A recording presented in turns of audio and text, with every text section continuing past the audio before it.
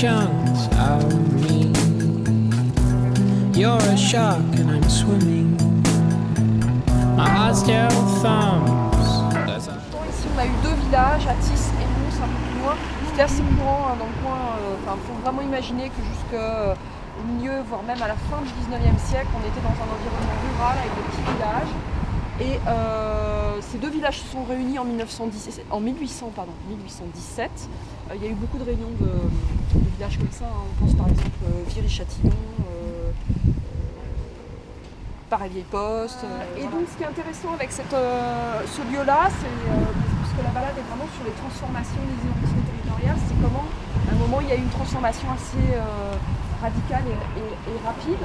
Donc, puisque vous voyez qu'on a là des bâtiments anciens. Enfin, celui-là en tout cas, puis juste derrière nous l'église évidemment. Là on a un bâtiment à peu près du XVIIe siècle. On a dans la rue juste à côté là, la rue Lebeau, encore quelques bâtiments de l'ancien village. Mais vous voyez bien qu'après on est quand même dans quelque chose d'assez différent. Par contre le parti pris qui a été choisi, ça a été, vous voyez, c'est vraiment une rupture architecturale complète. C'est-à-dire qu'on a fait appel à des architectes d'ailleurs assez connus, parce qu'il y a notamment Roland Castro qui a travaillé sur ce secteur. Voilà, allez hop, et je prends un premier groupe avec moi et le deuxième reste sagement à m'attendre. Allons bon.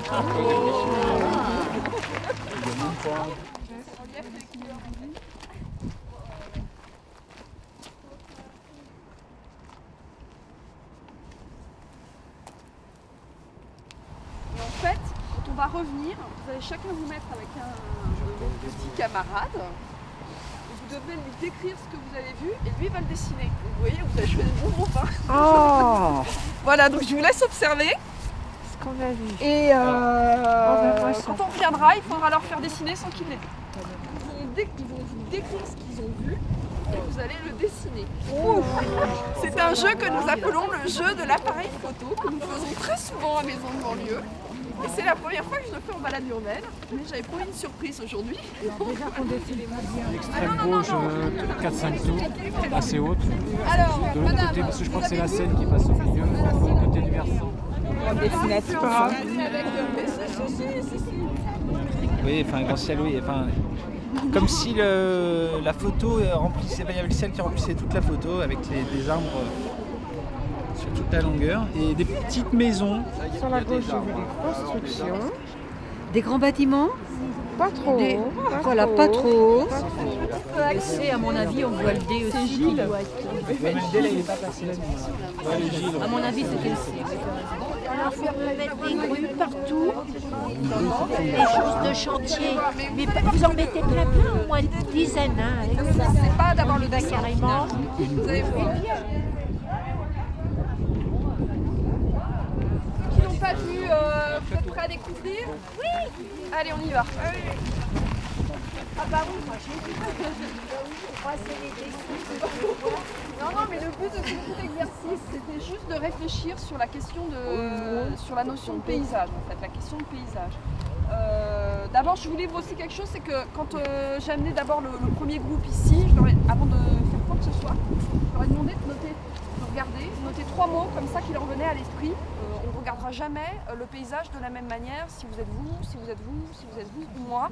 Et vous ne le regarderez encore pas de la même manière selon le moment où vous y viendrez en fait.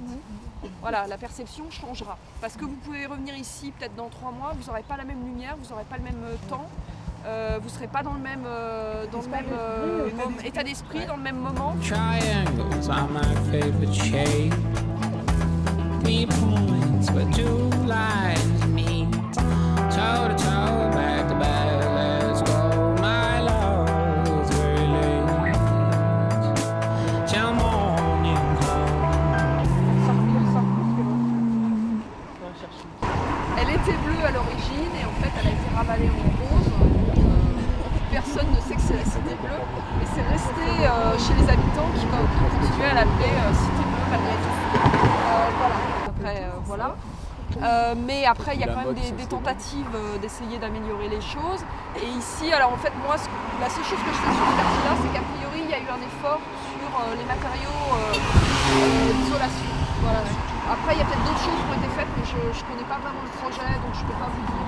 Ouais, parce qu'ils ont exactement. quand même essayé d'avoir la meilleure étiquette possible au niveau du rendement du chauffage. Donc forcément, parce que ça se vend mieux, c'est comme Est-ce que Lu était là avant qu'on construise à Ris? Parce que ça veut dire que dans ce cas-là, que ça a été occupé par lui uniquement une trentaine d'années, quoi, une quarantaine. Ah mais ça n'a pas été occupé par lui Ah non, alors ici, il n'y a jamais eu de production ici. Oui, mais même les locaux de bureau. Alors les locaux de bureau, ils datent des années 60. Donc effectivement, on a une occupation de 40 ans. Triangles are my favorite shape. 3 points where 2 lines meet. Toe to toe, back to back, let's go. My love is very late till morning come. Let's desolate.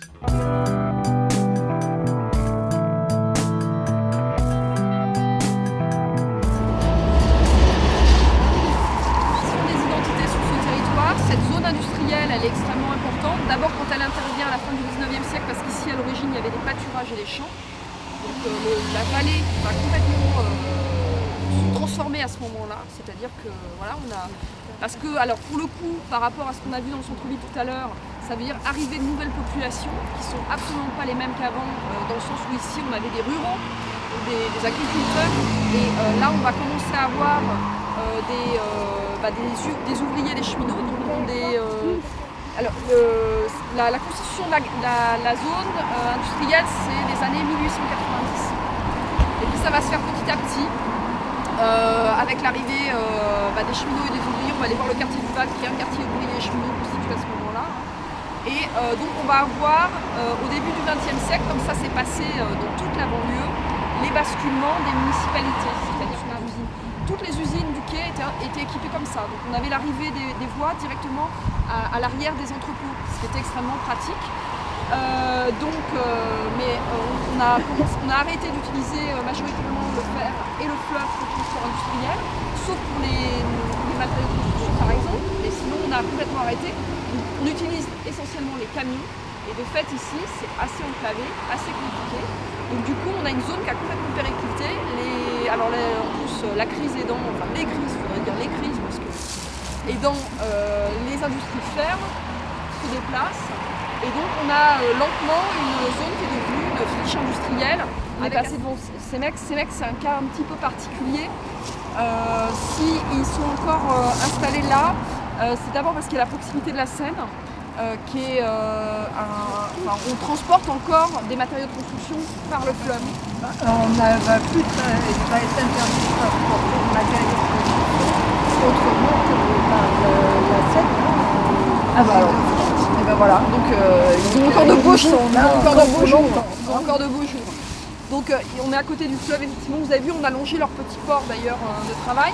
Il y a une autre chose quand même particulière, c'est que vous avez pu voir depuis tout à l'heure que la route qui est là est quand même extrêmement passante, qu'elle est entre les usines et le fleuve, et que donc les usines en fait ont perdu un accès direct au fleuve qui était, alors au 19e siècle et même toute la première partie du 20e siècle, elles avaient un accès direct. Toutes les usines avaient leur petit port, leur petit ponton ici, pour le chargement. Le cas particulier de Cemex, c'est que vous avez peut-être remarqué quand on est passé qu'il y a des espèces de rampes élévatrices et en fait elles passent en dessous. Donc il y a une liaison directe entre Cemex et le port là.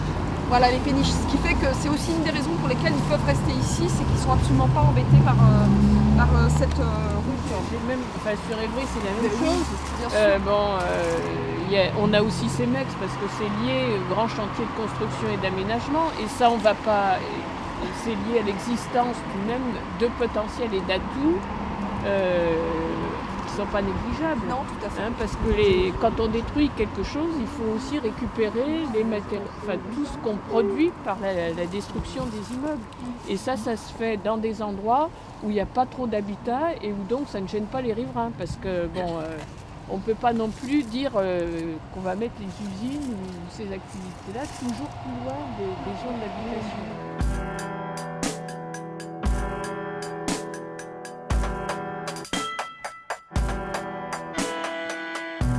By chunks of me.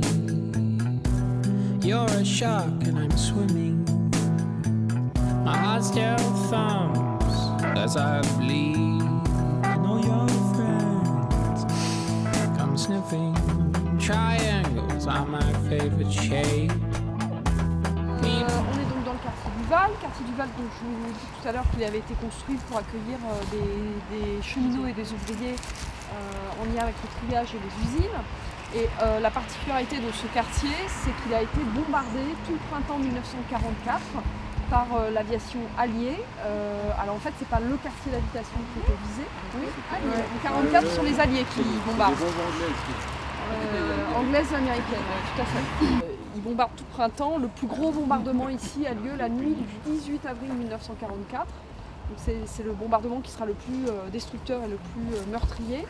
Il faut quand même se rendre compte, c'est un peu paradoxal parce que ce quartier, aujourd'hui, c'est un quartier qui a été reconstruit. Il a été détruit à 80%. C'est un peu étonnant ce quartier du Val parce que c'est un des premiers nouveaux quartiers d'Athis-Mons créés à la fin du 19e siècle. Et en fait, quand on s'y promène, on voit essentiellement des bâtiments des années 50 et 60, entièrement construits. Il est entièrement redessiné parce qu'on va le faire selon le modèle des années 50 qui ne correspond pas du tout à celui des années 1890, sachant que dans les années 1890, il y avait relativement peu de règlements d'urbanisme. Très peu, il y avait quasiment rien, donc quasiment aucune obligation. Alors que dans les années 50, c'est le ministère de la Reconstruction et de l'Urbanisme qui se charge de tout ça et c'est très différent. Le Narval. Le Narval, d'accord. Voilà. Qui a disparu. Bah oui. Ouais. C'était son grand-père qui tenait avant. D'accord. Après, ça a été son père. Après, ça a été nous, 31 ans. 31 ans, vous avez tenu le café. Voilà. D'accord. Là, c'est vrai ce que vous dites. Et le pavillon qu'on a, il est tout en meulière. Oui. Mais je ne savais pas pourquoi. Ah ben voilà. Ah, bah, vous voyez. C'est un pavillon de la reconstruction, c'est un pavillon plus ancien. Non, il a été reconstruit, j'ai vu, c'est marqué par terre, 1954. Oui, d'accord. Donc c'est ça, Voilà. c'est la reconstruction. C'est un pavillon de la reconstruction. Absolument. Alors on va juste prendre le petit cul là, faire un petit truc comme ça, puis on va remonter à la maison. Ouais.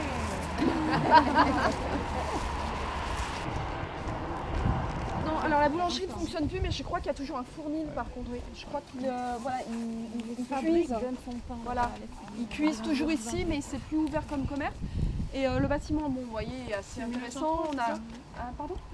Voilà, on a une date, 1903 qui est la date de construction. Donc là, on a une belle technique de construction de meulière, de joints rocaillés. Et même la meulière elle-même, c'est d'enduit rocaillé. Parce que vous voyez qu'on a un peu fait disparaître la pierre, on a travaillé sur les joints de manière à donner un aspect très particulier.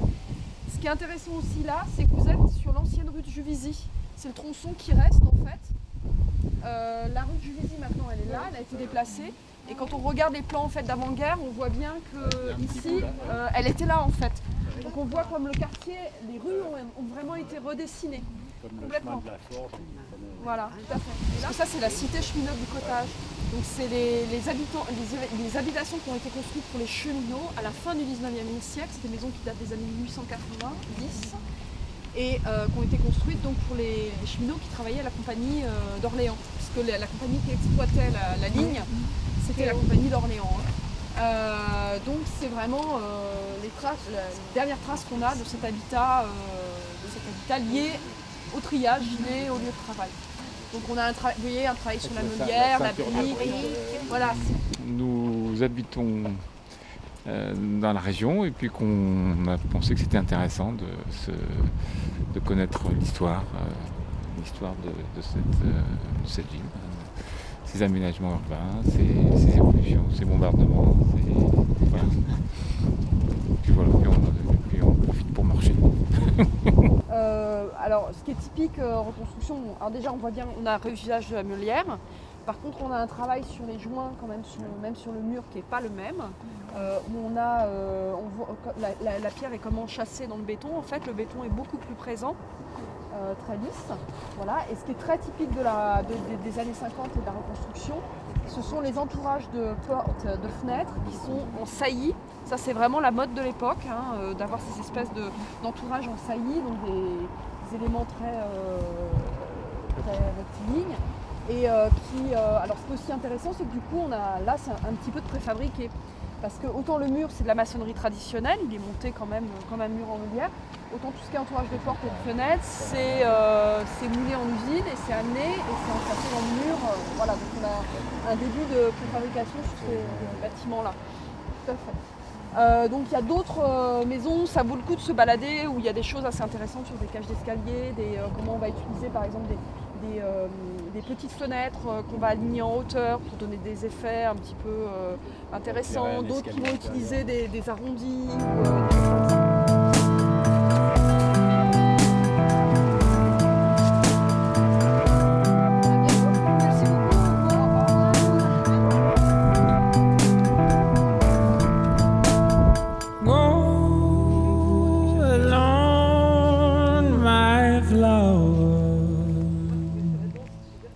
And keep my all of you. I'll breathe stones along my love.